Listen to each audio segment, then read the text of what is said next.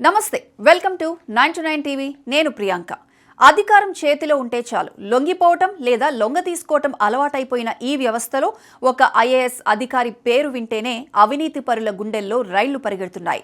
ఆయన రాజకీయ నేతల బెదిరింపులు లెక్క చేయరు. బదిలీల ఆర్డర్లను బెదిరింపులుగా భావించారు. 21 ఏళ్ల సుదీర్ఘ ఐఏఎస్ కెరీర్లో ఏకంగా 25 సార్లు బదిలీలు అంటే ఎక్కడా ఏ పోస్టులోనూ ఏడాదికి మించి ఉండలేదు. సర్కార్ మారినా సీఎం మారినా తన మార్క్ పనితీరు మారని ఐఏఎస్ అధికారి తుకారాం ముండే ఇటీవలే స్వయంగా బాంబే హైకోర్టునే ఆశ్చర్యానికి గురి చేసిన ఆ రియల్ లైఫ్ సింఘం కథ ఇప్పుడు దేశవ్యాప్తంగా సంచలనం సృష్టిస్తోంది. ఇంతకీ ఆయన ఏం చేశారు? ఏకంగా బాంబే హైకోర్టు ప్రాంగణంలోనే ఏం జరిగింది? ఇప్పుడు చూద్దాం. తుకారాం ముండే మహారాష్ట్ర క్యాడర్కు చెందిన 2005 బ్యాచ్ ఐఏఎస్ అధికారి. ఆయన ఎక్కడ అడుగు పెడితే అక్కడ అక్రమార్కుల ఆట కట్టు. సోలాపూర్ జెడ్పీ సీఈఓగా ఉన్న, నాసిక్ మున్సిపల్ కమిషనర్గా పనిచేసిన, నాగపూర్ మున్సిపల్ కార్పొరేషన్ బాధ్యతలు చేపట్టిన, అవినీతిపై ఆయన జరిపిన సర్జికల్ స్ట్రైక్ సంచలనాలు సృష్టించాయి. అందుకే ఆయన ఏ పోస్టింగ్లోనూ ఏడాది కంటే ఎక్కువ కాలం ఉండలేకపోయారు. రాజకీయ నాయకుల ఒత్తిళ్లకు తలవంచకపోవడమే ఆయన చేసిన ఒకే ఒక్క నేరం. ఫలితం కేవలం 21 ఏళ్ల సర్వీసులోనే 25 సార్లు బదిలీల పోటు. కానీ ప్రతి బదిలీ ఆయన ఆత్మవిశ్వాసాన్ని మరింత పెంచేలా చేసింది తప్ప తగ్గించలేకపోయింది.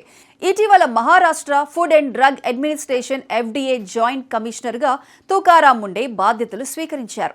రావడమే ఆలస్యం. కల్తీ ఆహారం, హోటళ్లలో అపరిశుభ్రతపై ఉక్కుపాదం మోపటం ప్రారంభించారు. ముంబై, పూణే వంటి నగరాల్లో పేరు మోసిన ప్రైవేట్ రెస్టారెంట్లు, 5 స్టార్ హోటళ్లపై దాడులు చేసి శాంపిల్స్ సేకరిస్తూ షాక్లు ఇచ్చారు. అయితే ఈ క్రమంలో ఒక ప్రైవేట్ హోటల్ యజమాని నేరుగా బాంబే హైకోర్టును ఆశ్రయించాడు. కేసు విచారణ సందర్భంగా ధర్మాసనం ఒక వ్యాఖ్య చేసింది. కేవలం ప్రైవేట్ హోటళ్లు, రెస్టారెంట్లనే ఎందుకు లక్ష్యంగా చేసుకుంటున్నారు అని, ప్రభుత్వ కార్యాలయాల్లోని క్యాంటీన్లను ఎందుకు తనిఖీ చేయకూడదు అని ప్రశ్నించింది. హైకోర్టు చేసిన ఈ వ్యాఖ్యను ఐఏఎస్ తుకారాం ముండే చాలా సీరియస్ గా తీసుకున్నారు. మరుసటి రోజే FDA ప్రత్యేక బృందాలను రంగంలోకి దించారు. ఎలాంటి ముందస్తు హెచ్చరికలు లేకుండా బాంబే హైకోర్టు ప్రాంగణంలో ఉన్న క్యాంటీన్లపైనే దాడులు నిర్వహించారు. తనిఖీల్లో అక్కడ ఒక క్యాంటీన్ కనీసం సరైన ఫుడ్ లైసెన్స్ కూడా లేకుండా నడుస్తున్నట్లు, తీవ్ర అపరిశుభ్రత నెలకొన్నట్లు గుర్తించారు.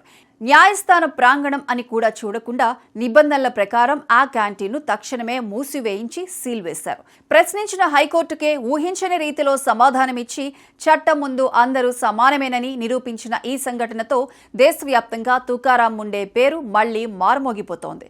దాడులు ప్రైవేట్ వ్యవస్థలైనా ప్రభుత్వ ప్రాంగణాలైనా సరే నాణ్యత, చట్టం విషయంలో రాజీ పడేది లేదని ఈ సింఘం అధికారి మరోసారి స్పష్టం చేశారు.